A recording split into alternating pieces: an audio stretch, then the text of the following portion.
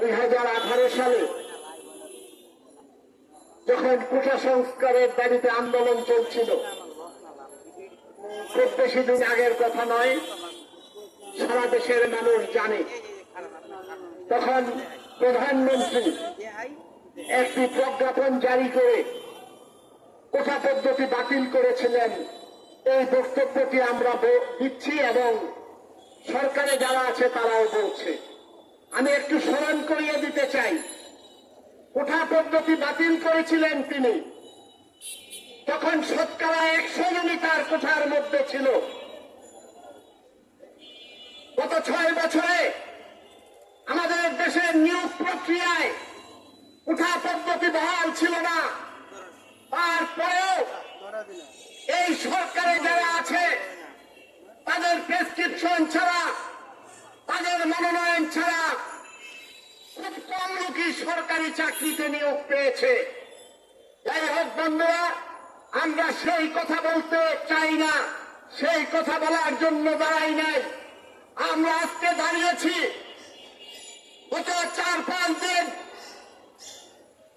ঢাকা সহ সারা বাংলাদেশে বিভিন্ন বিশ্ববিদ্যালয়, স্কুল, কলেজের ছাত্ররা যে স্বতঃস্ফূর্ত আন্দোলন শুরু করেছে, যে স্বতঃস্ফূর্ত আন্দোলন চলছে, সেই আন্দোলনকে দমন করার জন্য আমাদের সরকারের যে ছাত্র সংগঠন, তারা সরকার কর্তৃক নির্দেশিত হয়ে সরকারের যিনি সরকার দলীয় সাধারণ সম্পাদক ওবায়দুল কাদের কর্তৃক নির্দেশিত হয়ে এই ছাত্রলীগ সারা বাংলাদেশের ছাত্র সমাজের উপর ওই পাক হানাদার বাহিনীর মতো অভিযান চালাচ্ছে, মারধর করছে।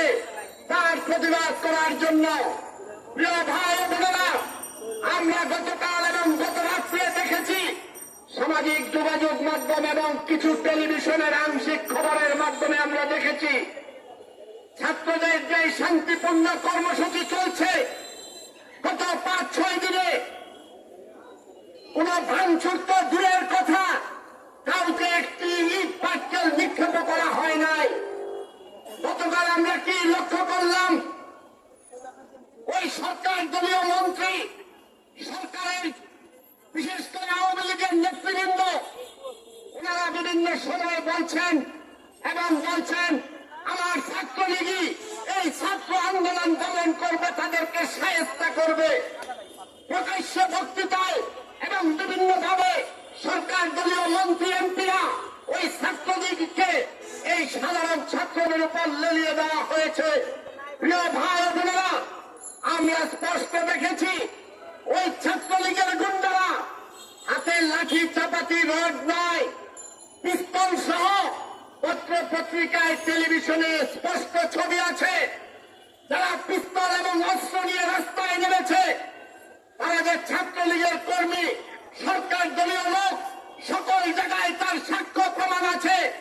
আমি মাননীয় স্বরাষ্ট্রমন্ত্রী মহোদয়কে প্রশ্ন রাখতে চাই, আপনি ওই প্রজাতন্ত্রের স্বরাষ্ট্রমন্ত্রী, আপনার আইন শৃঙ্খলা রক্ষাকারী বাহিনী আপনার নির্দেশে উঠে আর বসে, এটা আমরা জানি।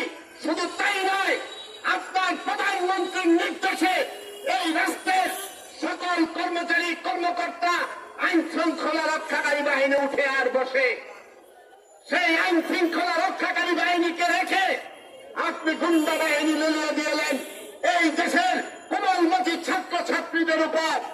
আমাদের লজ্জায় মাথা হেঁট হয়ে যায় যখন দেখি আইন শৃঙ্খলা রক্ষাকারী বাহিনী দূরে দাঁড়িয়ে থাকে আর ওই ছাত্রলীগের গুন্ডারা হেলমেট মাথায় দিয়ে, লাঠি নিয়ে, পিস্তল নিয়ে আমার দেশের এই ছাত্র সমাজের উপর ঝাঁপিয়ে পড়ে তাদেরকে লাঠি পিটা করে।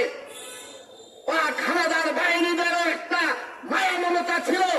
আমরা লক্ষ্য করেছি আমাদের ওই নারী ছাত্রীদেরকে, ওই মেয়েদেরকে কিভাবে লাঠি পিটা করতে করতে রাস্তায় শুয়ে ফেলেছে, ওই ছাত্রদেরকে কিভাবে তারা নির্যাতন করেছে।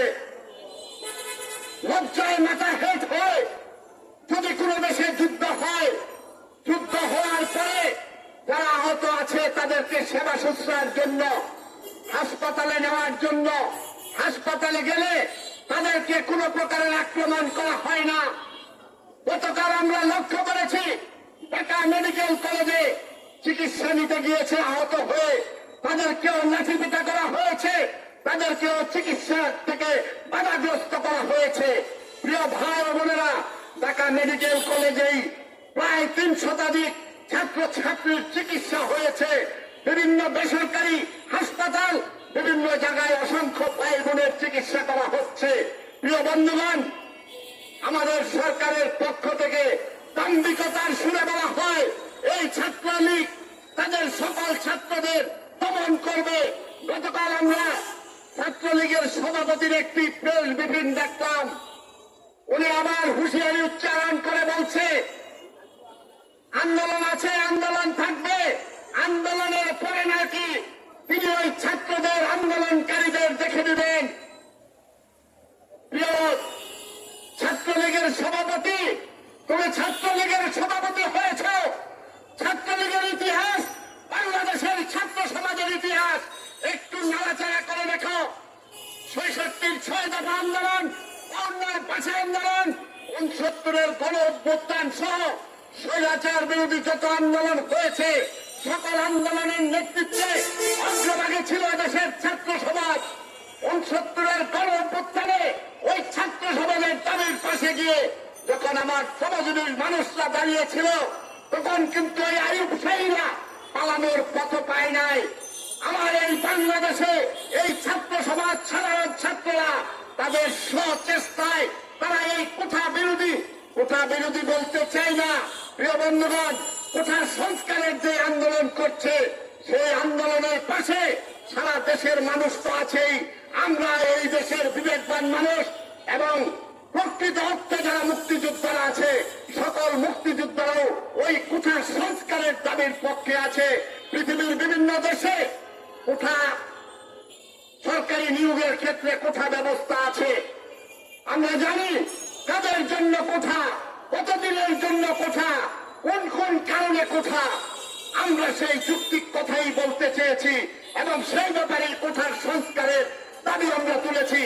আমরা আজকে এই প্রতিবাদ সমাবেশ থেকে মাননীয় স্বরাষ্ট্রমন্ত্রী মহোদয় আপনাকে স্পষ্ট করে বলতে চাই, আপনি প্রজাতন্ত্রের আইন শৃঙ্খলা রক্ষাকারী বাহিনীকে উপেক্ষা করে সেই সন্ত্রাসীদেরকে এদেশের ছাত্র সমাজের উপর লেলিয়ে দিয়েছেন, তাদেরকে অবিলম্বে গ্রেপ্তার করুন। অন্যথায় ওই সাদ্দাম যেভাবে বলেছে উনি নাকি ছাত্রদেরকে পরে দেখে দিবেন, আমি বলতে চাই এদেশের কোটি কোটি মানুষ, সারা বাংলাদেশের মানুষ ওই গুন্ডাদেরকে দেখার দায়িত্ব নেবে, তখন পালাবার পথ পাবেন না।